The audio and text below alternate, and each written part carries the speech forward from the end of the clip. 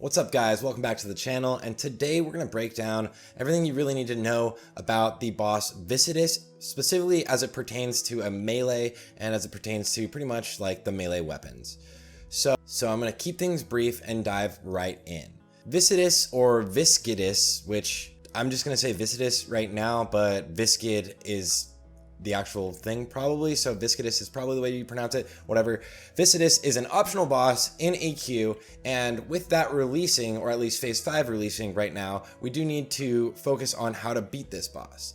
Now, Viscidus is one of 2 bosses that you need nature resistance for, or it's actually at least speculated that you need nature resistance for. It's really helpful if you're a melee because your damage doesn't actually really matter, so if you as a raid take less damage, that's actually pretty useful. So Viscidus as a melee is one of the bosses that you need nature resistance for, but the big thing you need is frost damage weapons.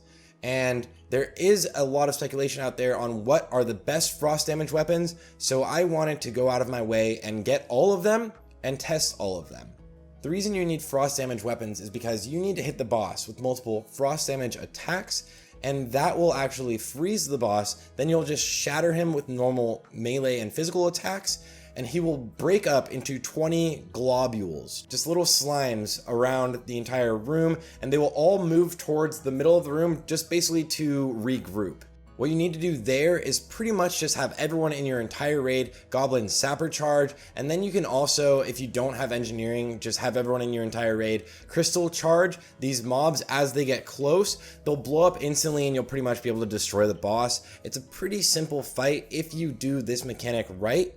But if you don't have the option to do this, you have to kill each individual globule, and each one does 5% damage to the boss itself. When he's at 1% health, he will be shattered one more time and just die. So you need frost damage weapons to proc the shatter. Your mages are going to be using rank 1 Frostbolt, or like other casters, they'll use a very fast Frost Wand, but you need actual Frost procs to hit the boss in order to actually cause him to be shatterable. Now that's very important to say. Frost procs, by the way. You need to have frost procs. So that means enchants like Icy Chill do nothing, and weapons like Ice Blade Hacker, weapons that have additional frost damage added onto them, have been confirmed from Blizzard to do nothing. So with Viscidus prep coming up, Blizzard actually made a blue post that said weapons like Thunder Fury, Ice Blade Hacker, or Warblade of the Cardaro actually don't act as frost damage weapons or elemental weapons, because Thunder Fury would be nature. If they have plus frost damage on the weapon, that's just actually just applied on top of the normal damage and considered normal damage. So if you were planning on using this and don't know already, but it should be kind of widely known that you aren't going to be using that. So there's multiple weapons that do frost procs. There is a dagger from AV Exalted. There are 2 weapons from Scholomance, one that drops off of Rast Frostwhisper, and another one that actually is a quest, basically also for Rast Frostwhisper. There's the BOE Epic Hammer of the Northern Wind that drops, and there's also the dagger, Cold Rage Dagger from the last boss in RFC. That is an extremely easy one to farm, but which one is the best? Now, I went around and got all of these weapons.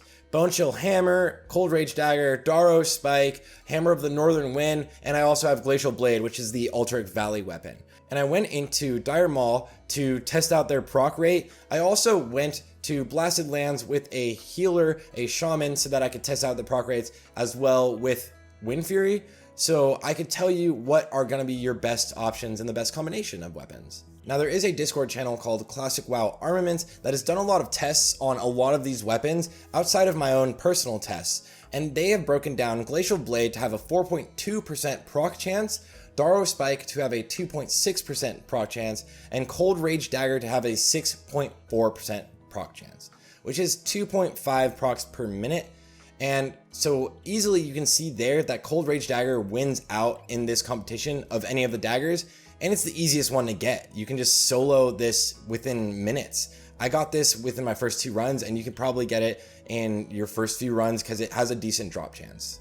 Now for the maces, Bone Chill Hammer on this has a 3.8% proc chance, which is 1 proc per minute, which is less than Cold Rage Dagger. And then Hammer of the Northern Wind has almost twice the proc chance, as Cold Rage Dagger, which is your second best option. So Hammer of the Northern Wind, this epic BOE, which shouldn't be very expensive right now. It's only like 100 gold, sometimes 200 gold. It just depends on the fluctuation of your market.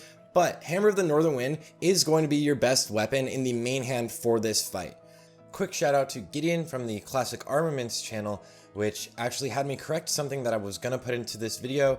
And that is that we actually found out, or he actually found out, that a lot of these weapons and things including like Frost Oil actually are on the GCD.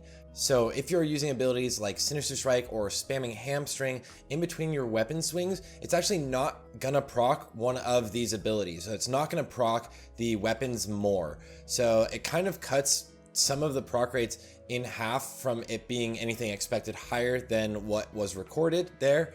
And so just do know that you don't really need to be spamming your abilities, although it is pretty key to keep up Slice and Dice because that increases the weapon speed in general, and Flurry, I guess, for warriors. Lastly, I do want to mention that Frost Oils are going to be another huge thing for this fight. So make sure that you're putting Frost Oil on both of your weapons so you can freeze the boss as fast as possible, shatter him, and then just blow him up. This should be a decently easy fight now that everybody is in nature resistance gear and prepared, as well as has their frost damage weapons ready and sapper charges and crystal charges. So that's it, guys. Thank you guys for watching. I'm going to be coming out with a crazy amount of AQ content very, very soon for both Rogue, Warrior, and pretty much every other class. So make sure to like and subscribe if you did like this video. If you have any questions or want me to cover anything else, just let me know. Let's see if the gates all open really fast for everybody. Let me know what you think the timeline will be for your gates actually opening. I'll catch you guys all on the next one.